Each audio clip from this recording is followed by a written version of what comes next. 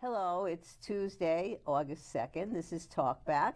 I'm very happy today to have a special guest who is the newly appointed, newly chosen Executive Director of the Jewish Federation of Eastern Connecticut, and she is Rachel Levy. Hi, Rachel. Hi, thank you for having me. Oh, it's wonderful to have you here. So you're coming into this community to help us organize all the facets of the Jewish community in Eastern Connecticut, but we're also part of the greater community. And so my beginning question is about community unity. I think we've seen over the past several years, it's harder to keep communities together. People's lives are very separate in many ways, more so than it was when maybe you and I were growing up. People don't identify as much with specific groups. People are doing more their own thing. These are some of the challenges in all of organizations, but tell me about the specific challenges to the Jewish community. Sure. Well, I'm so glad you started out with an easy question. So last year we actually celebrated and commemorated the 25th anniversary of the book Bowling Alone. And I highly recommend it. Robert Putnam, sociologist, wrote about how in the 1950s and 1960s, everybody had their bowling league and everybody would come together and go bowling on Tuesday nights and, you know, have their group. People are not joiners anymore. And since the 1980s, 1990s, he was already noticing trends that people were not joining synagogues. People were not joining churches. People were not joining their Lions Club, the Rotary Club, the Chamber of Commerce. People are not joining the way that they used to. And so you could say, you know, this is a tragedy. Everybody's doing their own thing. They're on Twitter. They're doing Facebook. They're by themselves home alone. But what we're finding is people are actually creating a new definition of community. And so what I'm trying to do is really travel around, meet with as many people as possible. I started this position June 1st. Get to know people. Where do you spend your time? Do you spend your time at the beach? Do you spend your time at the yacht club? Do you spend your time at the country club? Where are the people? And going to where the people are. Instead of forcing a round peg into a square hole, saying, let's go where the people are.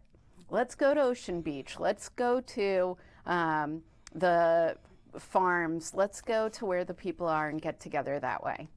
But you, besides, you know, meeting them where they are, I understand that, there's still the issue of the identification that they have personally with their Jewish legacy, with their past. And some people fear that that's faltering a bit, especially with our younger people. And even people that are older. I know we would talk about your roots in history, and you have a connection to Norwich, which is interesting, which we'll get to. But I think in many ways, American Jewish community has almost made a black hole of that Eastern European background. We want to be more Americanized. That's kind of been the trend. And how much do you think it's important to keep that legacy alive of the history, or to teach it more? So I think it's absolutely critical to make sure people know their roots and where they came from. I don't think Eastern Europe is a black hole. I'm fascinated by the number of TV shows you can find these days on Netflix and on Hulu that have Jewish characters. There's a new rabbi character on a regular secular TV show. And I believe that people are finding new ways to celebrate culture and the arts in Jewish ways. Tevye's coming back to Fiddler on the Roof in Yiddish. You know, I don't think it's going away and being forgotten. I think it's being celebrated. I think it's being lifted up. The number of places you can find Jewish cookbooks and Jewish children's books it's really, people are finding it, even if it's not the old way of doing things. There are now new ways of doing things. So instead of everybody coming to the synagogue for Tat Shabbat, maybe they're all going to a water park and a splash pad and celebrating Shabbat by being with other Jewish families that way. And so I think, it's alive and well. I don't think it's being forgotten. And our BBYO here in town, our B'nai B'rith youth chapter for our high school teenagers, is growing and thriving, and people are wanting to connect. They felt very socially isolated the last few years during the pandemic, and they're really enjoying coming together. They just had an event at the Providence Place Mall, and they all went to a movie together and shopped around together.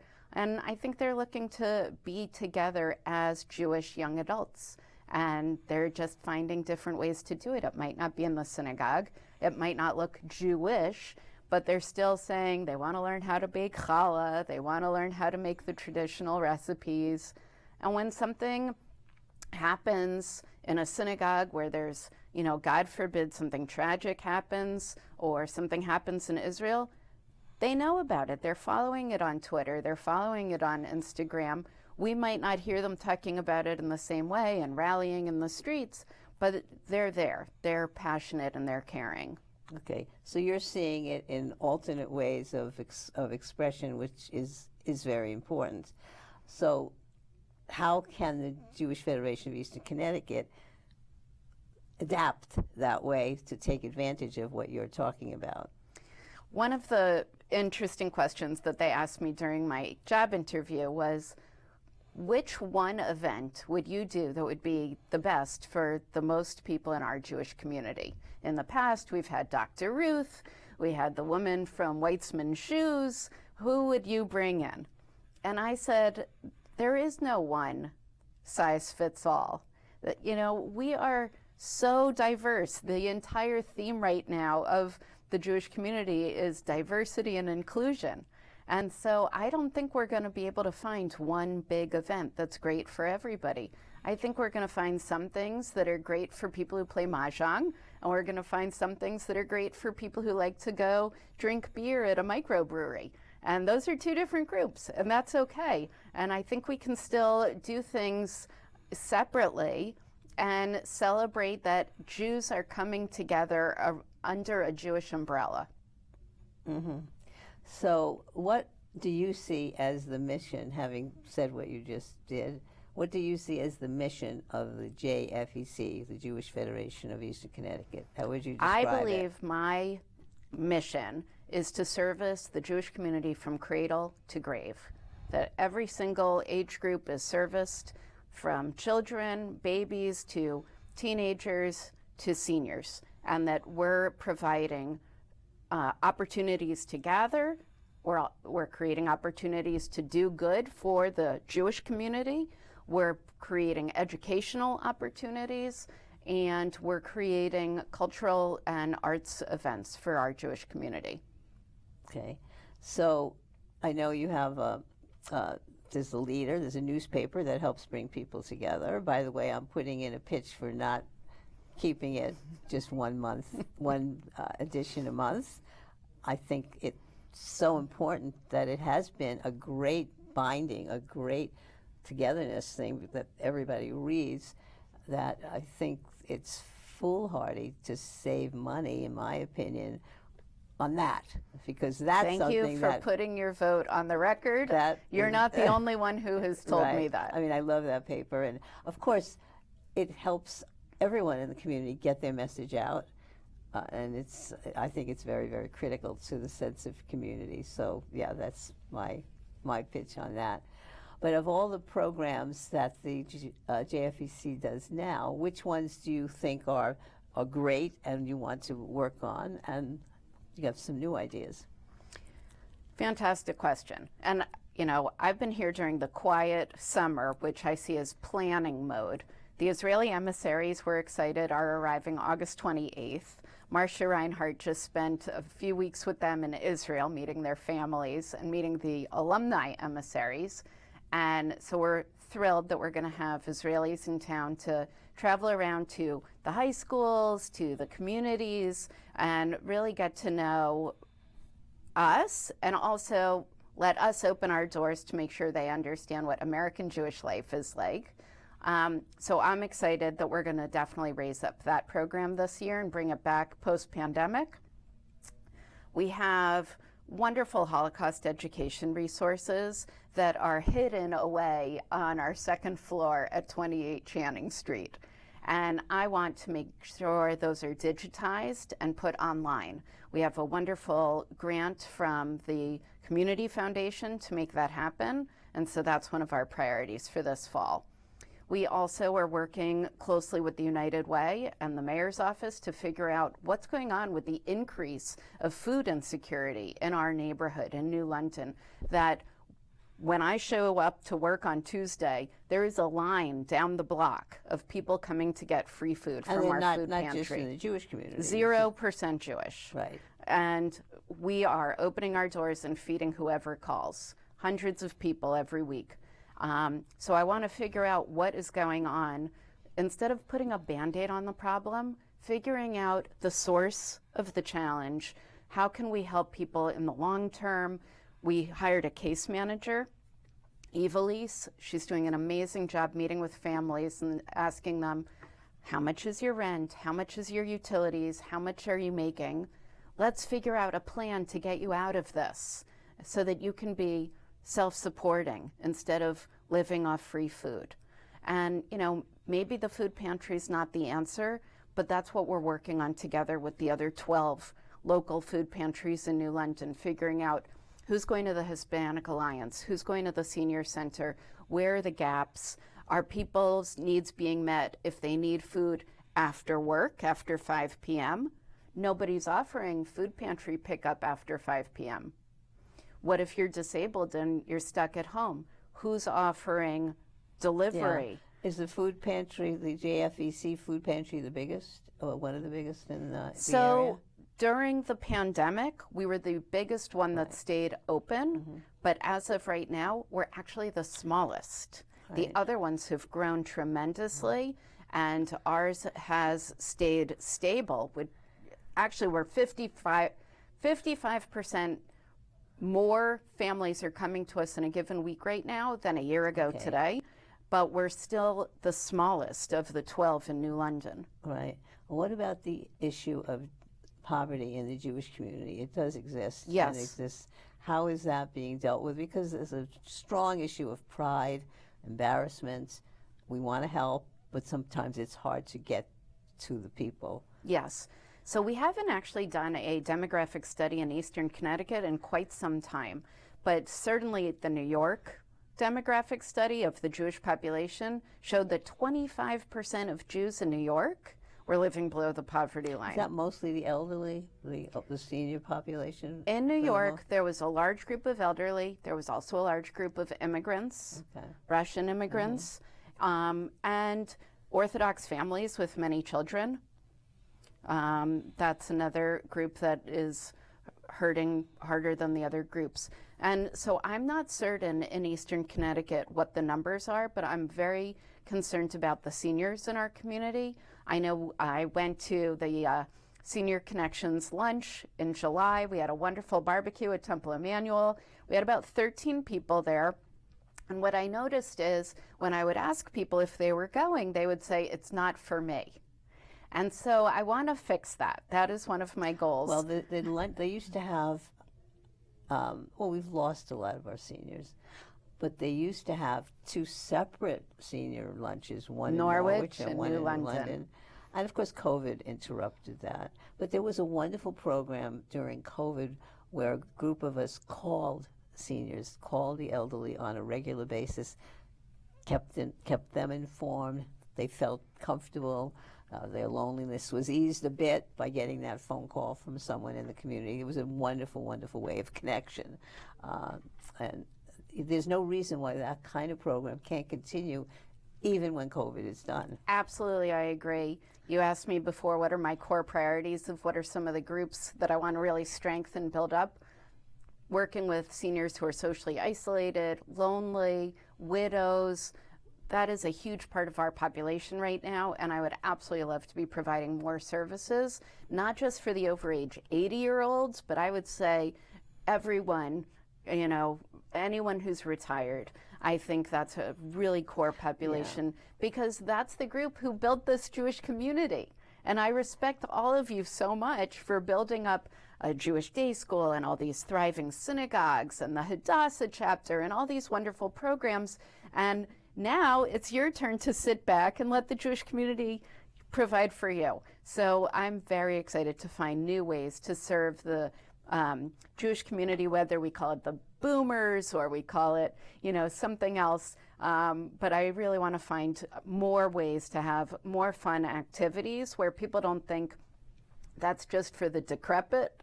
You know, I want this to be really for anybody who wants to have a social life with their friends who are retired and who are available during lunch. Maybe we show movies, maybe we have entertainment. Yeah. So let's go back up a bit, because some people who are listening may not understand the whole scope of what the Jewish Federation is. First of all, it's a national organization that has outlets all around the country. Describe it in more particularity. Question. So I spent the last 10 years working for the national office, so this happens to be my area of expertise.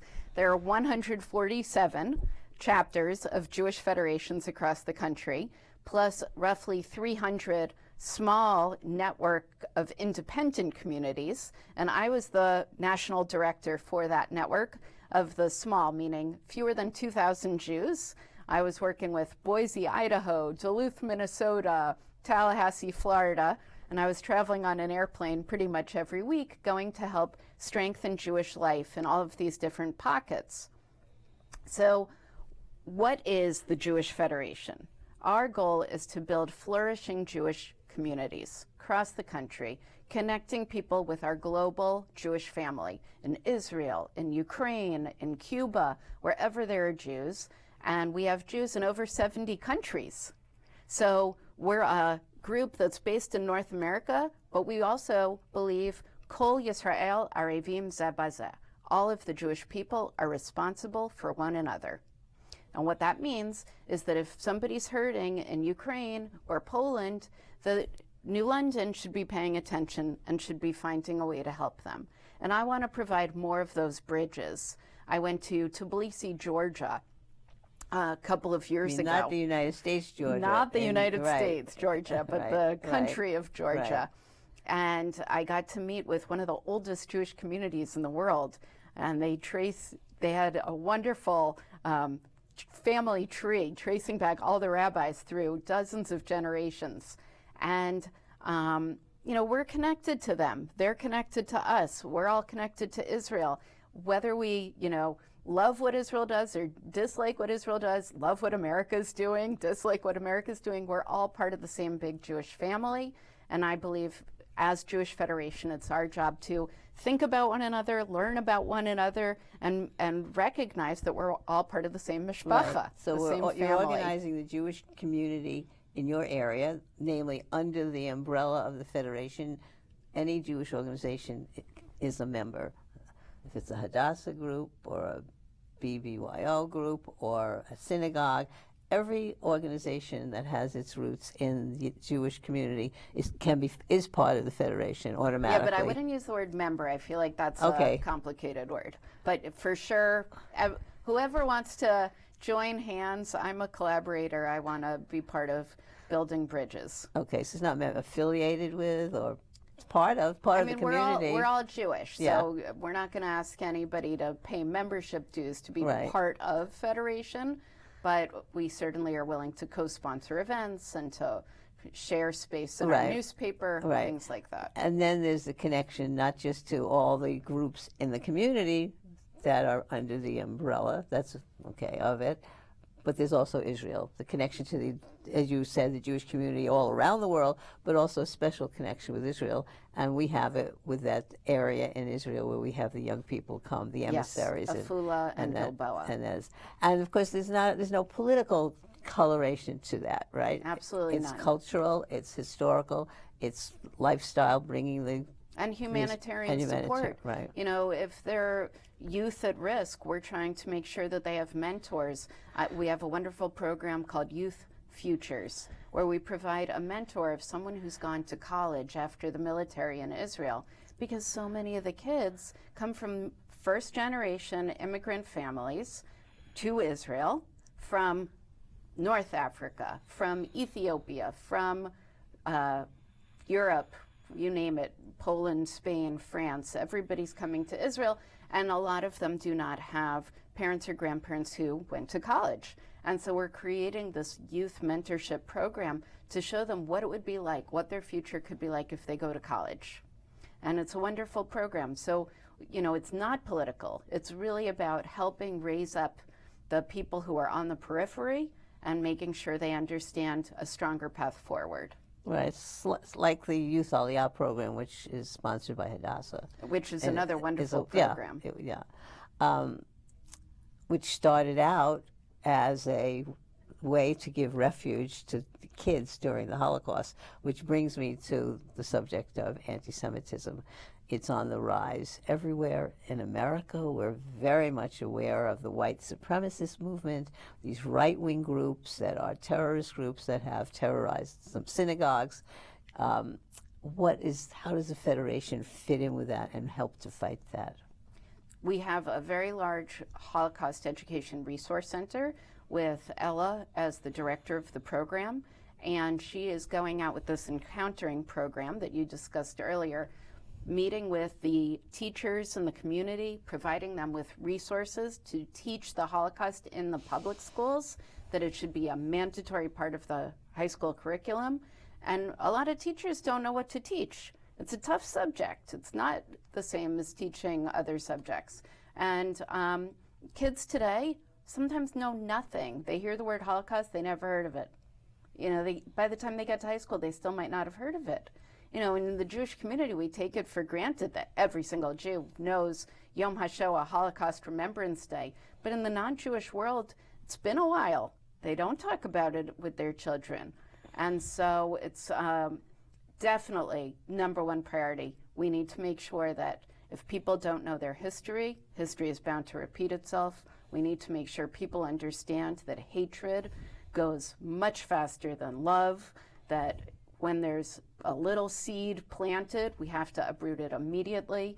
Security is one of my top priorities. I was very involved in the Secure Community Network, which is a national program to make sure Operation Shield, that we have protection for every single Jewish community across the country, that everybody knows what to do in case of emergency, God forbid any kind of tragedy.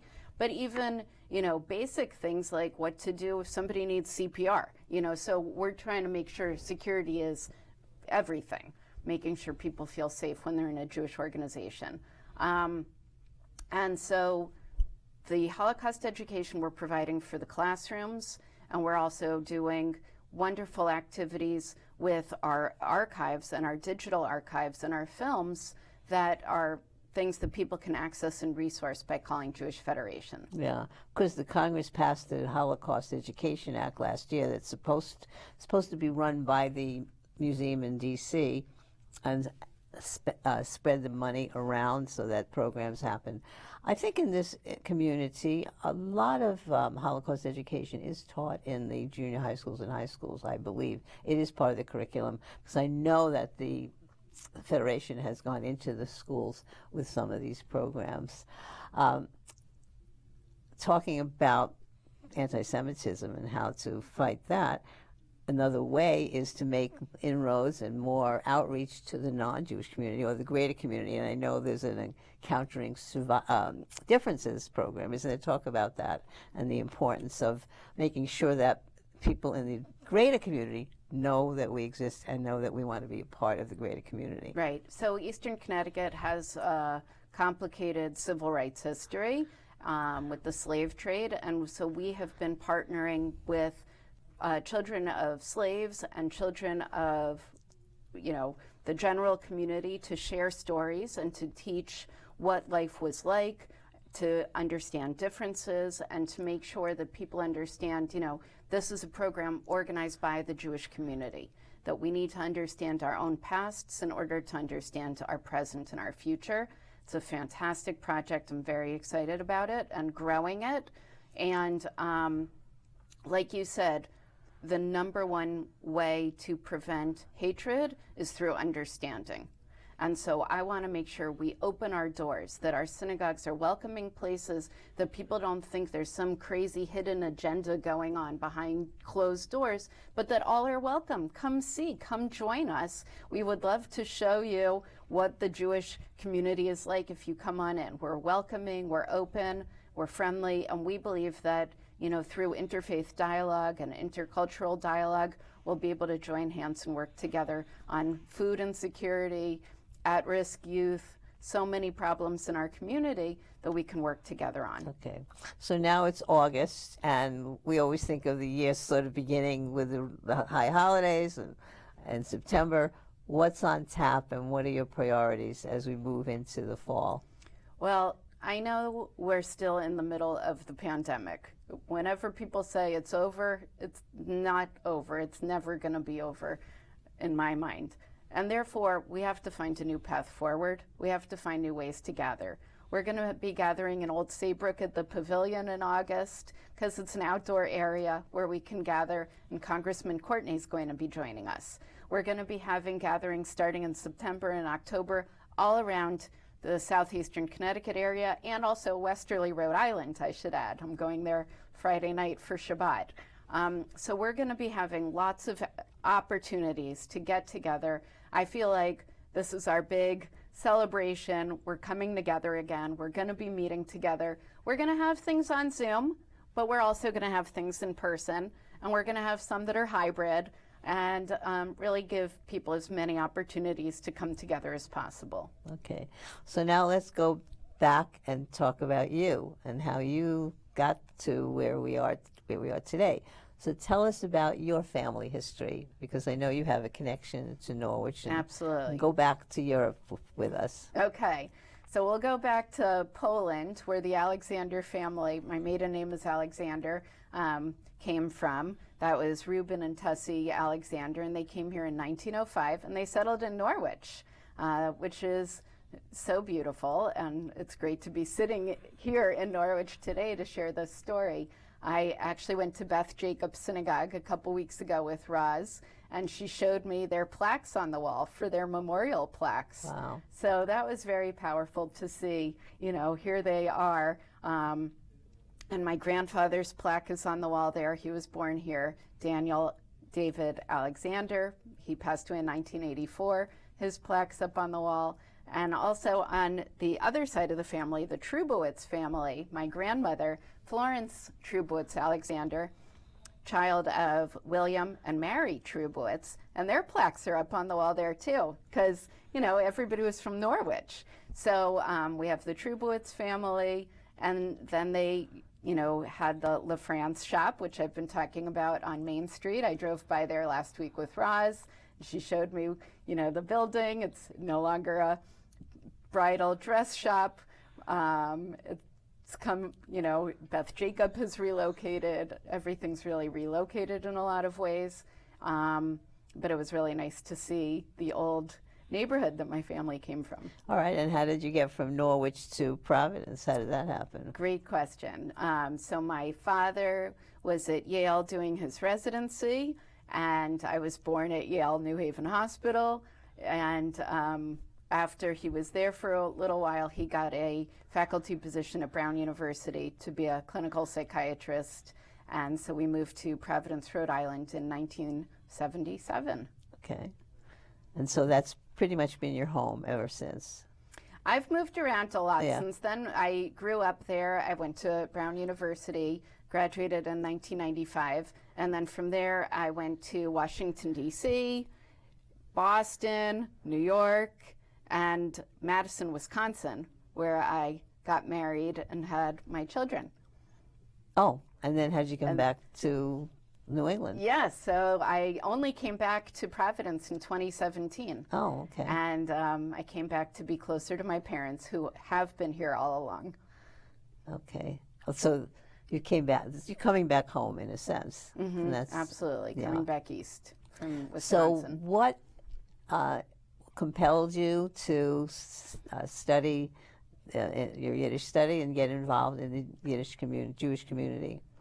Excellent question. So I always go back to my Bubby and Zadie, my grandma and grandpa, and my parents, Paul and Sheila Alexander, who believed that when they came to Providence, Rhode Island, and I was 4 years old, that they wanted to find a Jewish day school where I could learn with boys and girls equally. And there was only an Orthodox day school option.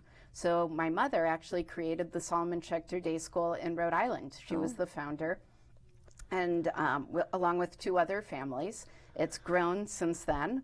It grew all the way through kindergarten through 8th grade, and I was in the first graduating class.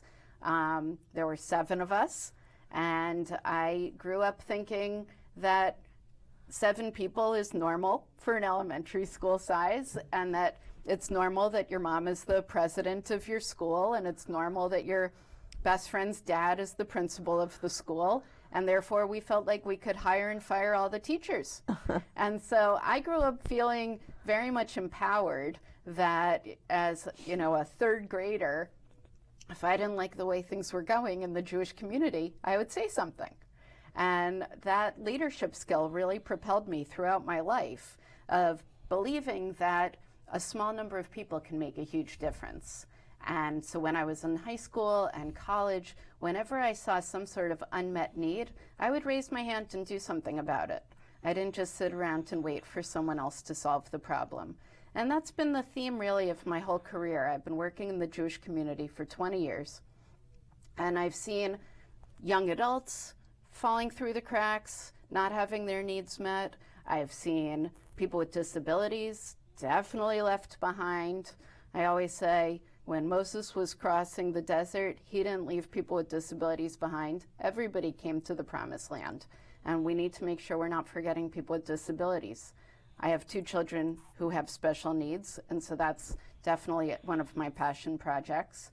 And, you know, I also have seen women's philanthropy change through the years, making sure that we respect that women have different values and want to spend their tzedakah differently than their spouses might. And, you know, all sorts of diverse communities have been thriving through the past decades. My husband is actually Sephardic. So I'm Ashkenazic. We call it a mixed marriage. And he grew up in Indianapolis.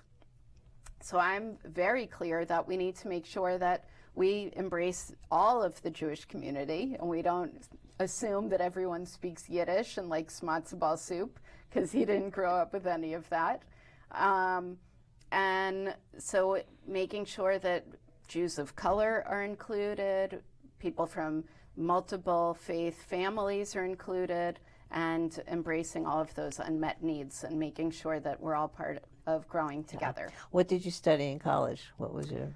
I had a double concentration at Brown in psychology and Judaic studids. Okay, that sounds like a good combination. I do feel like I use both. There's a lot of Meshuggah Jewish people. It works out. It's very good. And did you further your studies after that at all? Yes, I moved to New York City to get my master's degree at Columbia in nonprofit management. Okay. In MPA, Public Administration. Great. All right. Tell us a little. That's where I get my business sense from. If people are wondering, wow, she really spends a lot of time looking at spreadsheets. It's true. I want to pay very close attention to everybody's dollars, because if somebody is donating to Jewish Federation, I want to treat that as a very beautiful gift that we take very good care of, and that we make sure that those dollars go to exactly the projects that people want them to be sponsoring. Right.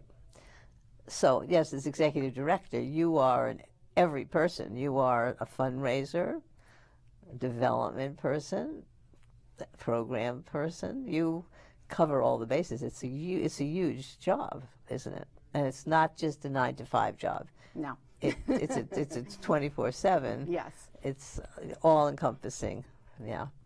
And the other piece that we didn't talk about is legacy gifts, which I know Hadassah is also very focused on. Right. So we also want to make sure that people understand that if they want to leave an estate to Jewish Federation, that we're prepared and equipped to take estates and really respect that people want to make sure that the Jewish community exists after they're no longer Okay. here. Good. That the Jewish community that we've all built stays strong in the future. Right, right. Tell us something about your family. My husband works from home, and he works for Spectrum, which is a consumer products group. He's an IT guy. He works with computers as a program manager. And we have our 25-year-old son with autism also living with us. He works at the grocery store, and he's very excited. He brings in the shopping carts, and he helps bag the groceries. I'm sure everybody's experienced those two jobs on the other end, so you can know where those skills are coming from.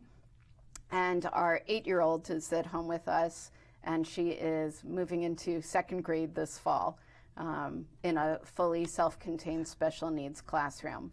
And we're really excited about what the school year will bring for her. Okay, so you've got the spectrum of all kinds of interesting individuals and needs, and keeps you busy. Definitely keeps me Keeps you busy. All right, so as we kind of close, I always like to ask people what you would most like to say. If you had an audience of the whole world and you had your say, what would you most like to say? What's in your heart the most? I'm a people person. I took this job so that I could really roll up my sleeves and get to know the members of the community. I was consulting for the last 10 years, and I feel so warmly embraced by this community. I already feel deeply entrenched as a member of this community, and I'm thrilled to be here. I hope people will reach out to me. People have been reaching out to me and set up time to get together, whether it's for coffee or meet up in a backyard somewhere. I love to go for walks. I love to go for runs. And, you know, please stay in touch, because this is our Jewish community, and I want to work together to make it in your image of how you want it to look. Okay, great. Thank you, Rachel. It was great having you, and I'm glad the community is going to get to know you better as the year goes along. So thank you, everyone, on Talkback. We'll see you next time on Talkback. Bye for now. Thanks.